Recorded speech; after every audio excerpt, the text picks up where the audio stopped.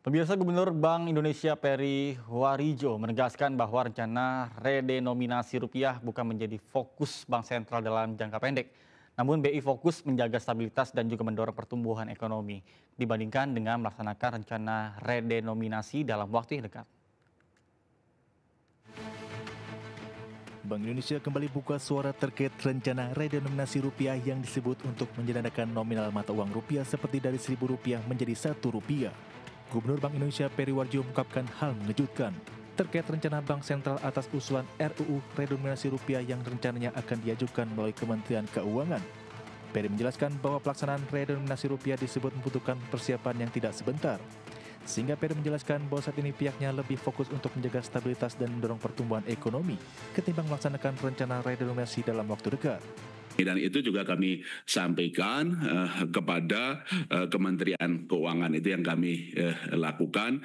Demikian juga berbagai pertanyaan-pertanyaan yang berkaitan dengan redenominasi, itu saja kami pada saat ini lebih fokus menjaga stabilitas dan mendorong pertumbuhan ekonomi. Itu fokusnya adalah seperti itu, sehingga apalagi redenominasi itu memerlukan timing dan juga persiapan yang lebih lama. Barangkali mungkin jawaban-jawaban singkat dari kami gitu, Pak Ketua.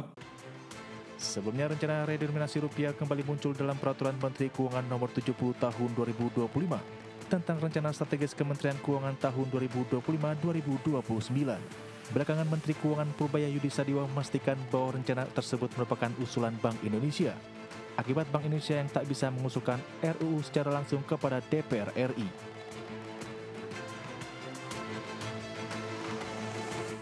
Informasi lainnya, pemirsa, Mahkamah Konstitusi memutuskan anggota polisi aktif tidak boleh lagi menduduki jabatan sipil sebelum mengundurkan diri atau pensiun dari dinas kepolisian. Dan terkait dengan putusan tersebut, Polri akan mematuhi putusan MK. Sementara Istana menegaskan putusan MK tersebut bersifat final dan mengikat sehingga harus dijalankan seluruh pihak.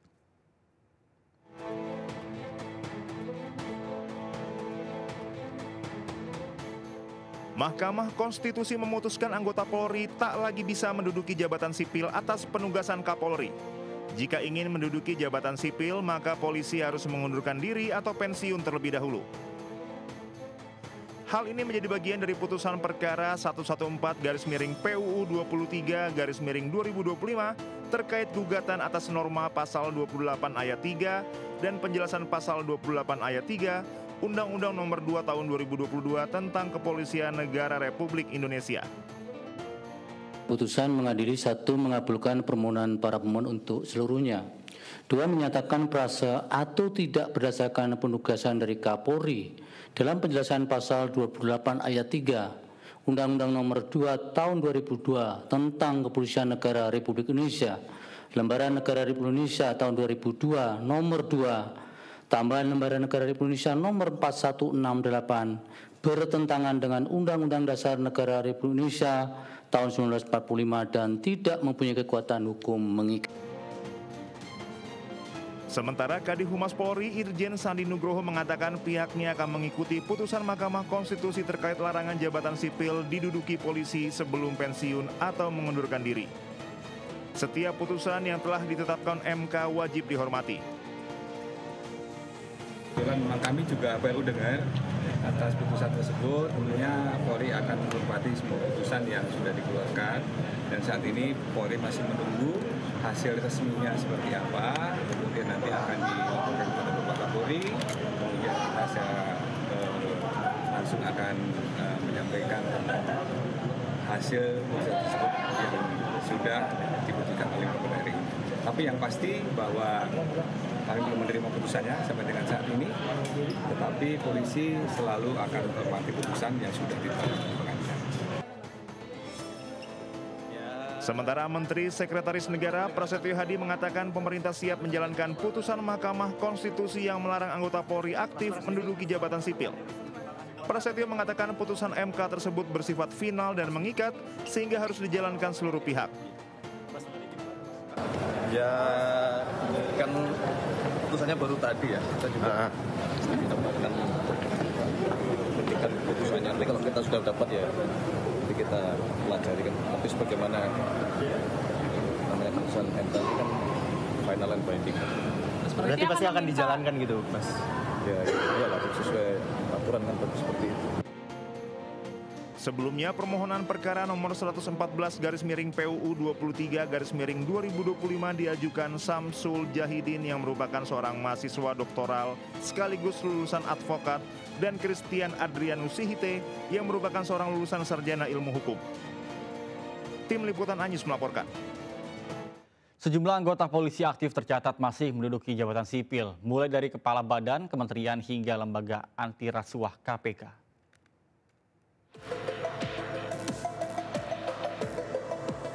Berikut ini daftar polisi aktif yang masih menduduki jabatan sipil. Komjen Pol Setio Budianto yang menjabat sebagai Ketua Komisi Pemberantasan Korupsi KPK. Komjen Pol Rudi Herianto Adi Nugroho yang menjabat sebagai Sekjen Kementerian Kelautan dan Perikanan. Komjen Panca Putra Simanjuntak yang bertugas sebagai Sestama Lembaga Pertahanan Nasional Lemhanas. Komjen Pol Niko Afinta selaku Sekjen Menkumham RI. Komjen Pol Martinus Hukom selaku Kepala Badan Narkotika Nasional BNN. Lalu ada Komjen Pol Albertus Rahmat Wibowo selaku Kepala BSSN. Berikutnya Komjen Pol Edi Hartono selaku Kepala Badan Nasional Penanggulangan Terorisme BNPT. Irjen Pol Muhammad Iqbal menjabat sebagai Inspektur Jenderal Dewan Perwakilan Daerah DPD RI. Komjen Pol Puji Prasetyanto Hadi sebagai Sekjen Kementerian ATR BPN. Dan Komjen Pol Lotaria Latif yang menduduki jabatan Direktur Jenderal Penangkapan KP.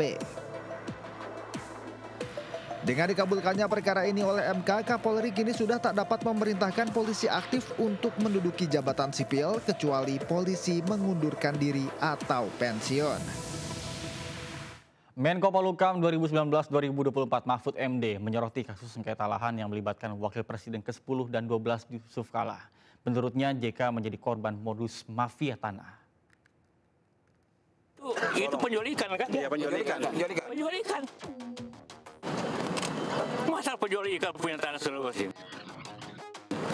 Betul. Ya kan? Jadi itu kebohongan dari rekayasa macam-macam. Itu permainan liput.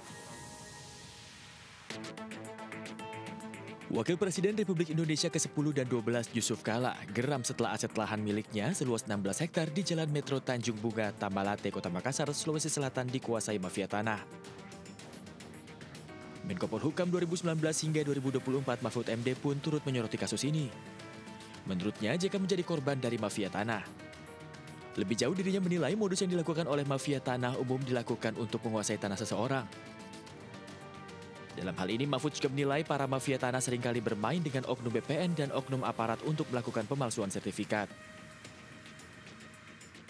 Apa yang terjadi Pak JK ini adalah modus yang umum dilakukan oleh penggarong atau oleh mafia tanah. Mengambil tanah orang atau tanah negara dengan cara memalsu sertifikat dulu atau memaksa ada sertifikat lain, lalu yang punya, yang asli itu disuruh gugat ke pengadilan.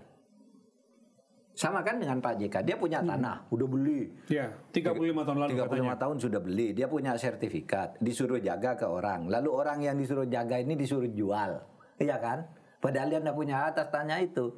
Lalu diketahui bahwa itu punya Pak JK, tidak boleh dijual, tapi sertifikatnya udah keluar, dijual oleh orang ini. Nah, gimana cara menjual? Main dengan BPN, main dengan aparat, main dengan apa, keluarlah sertifikat. Lalu disuruh menggugat kan? Pak JK sebagai korban suruh menggugat. Lalu dia tidak merasa menjual, kok suruh menggugat. Orang lain yang tidak punya hak menjual suruh menggugat. Nanti kalau menggugat ke pengadilan kalah. Sebelumnya Wakil Presiden Republik Indonesia ke-10 dan 12 Yusuf Kala geram setelah aset lahan miliknya seluas 16 hektar di Kota Makassar, Sulawesi Selatan dikuasai mafia tanah. JK pun mengklaim tanah tersebut telah dibeli secara sah sejak 35 tahun lalu. Dari Jakarta, Tim Liputan A-News melaporkan. Sementara itu, Menteri Agraria dan Tata Ruang Kepala Badan Pertanahan Nasional Nusron Wahid menyebut bahwa mafia tanah tidak akan habis hingga kiamat. Nusron mengaku saat ini tengah membenahi tubuh BPN. Masih akan ada, kiamat kurang 2 hari pun itu masih akan ada. selama apa? Namanya mafia tanah itu tindak kejahatan.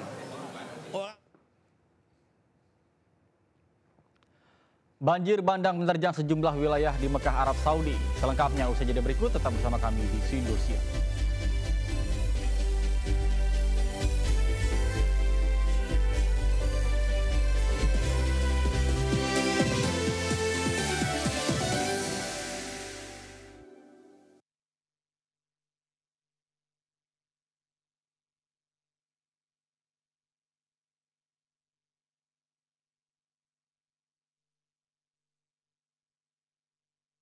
Pemirsa, Menteri Kesehatan Budi Gunadi Sadikin akan hapus sistem rujukan berjenjang yang berlaku di BPJS Kesehatan. Hal ini disampaikan Menkes saat rapat kerja bersama dengan Komisi 9 DPR RI di Jakarta.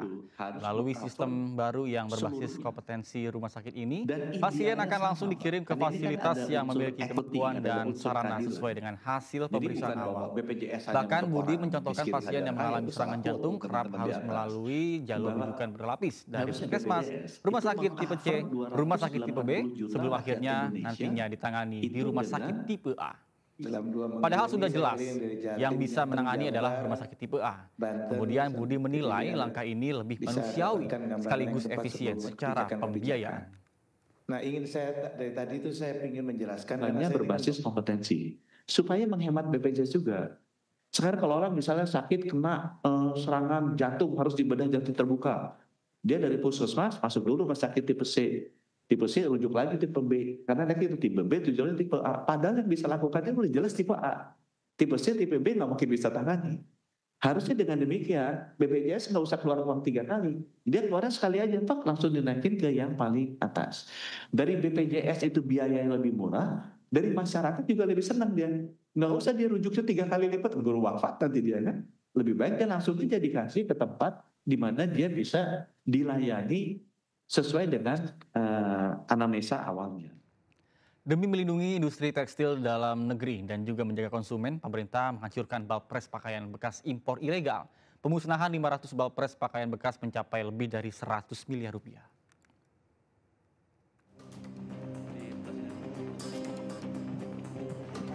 Kementerian Perdagangan memusnahkan balpres pakaian bekas impor ilegal hasil pengawasan bersama Badan Intelijen Negara dan Badan Intelijen Strategis TNI. Sebanyak 500 balpres pakaian bekas hasil impor ilegal dimusnahkan di perusahaan pengolahan limbah industri di Bogor, Jawa Barat. Pemusnahan dipimpin langsung oleh Menteri Perdagangan Budi Santoso. Adapun temuan ini merupakan hasil pengawasan gabungan Kementerian Perdagangan bersama Badan Intelijen Negara dan Badan Intelijen Strategis TNI di wilayah Bandung dengan total 19.391 balpres dengan nilai mencapai 112,35 miliar rupiah.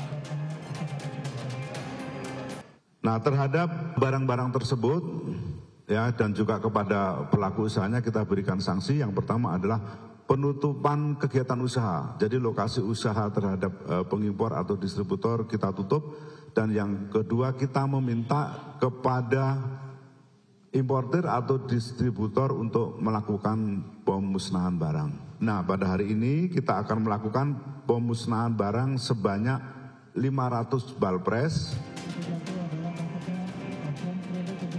Proses pemusnahan ini terus dilakukan secara bertahap dan ditargetkan selesai akhir November ini. Sejak 14 Oktober 2025, Kemendak telah memusnahkan 16.591 balpres atau 85,56% produk pakaian bekas impor ilegal. Dari Bogor, Jawa Barat, Hadisti Arifa, Zulkarnain, iNews melaporkan. Sebelumnya, Menteri Keuangan Purbayayudi Sadewa akan segera menertibkan impor pakaian bekas ilegal atau balpres yang masih marak terjadi. Selain mempidanakan pelaku, Purbaya pun mengancam akan memasukkan importir nakal tersebut ke dalam daftar hitam secara permanen.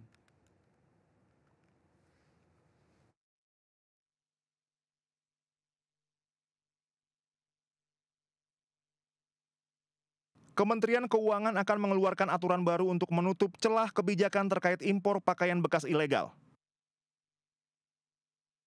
Menteri Keuangan Purbaya Yudi Sadewa mengaku aturan terbaru tersebut akan dikeluarkan dalam waktu dekat untuk mendorong pembenahan impor dan mendukung industri dalam negeri.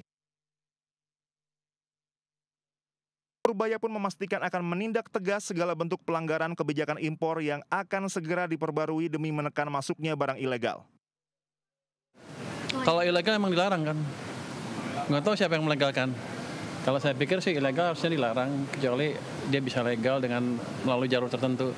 Tapi kalau selama ini kan yang disebut balpres itu kan, itu akan dilarang. Dan saya pernah bilang kan, tanya ke orang bea cukai apa hukumannya hanya ditaruh di mereka, barangnya dimusnahkan, terus orangnya dipenjara.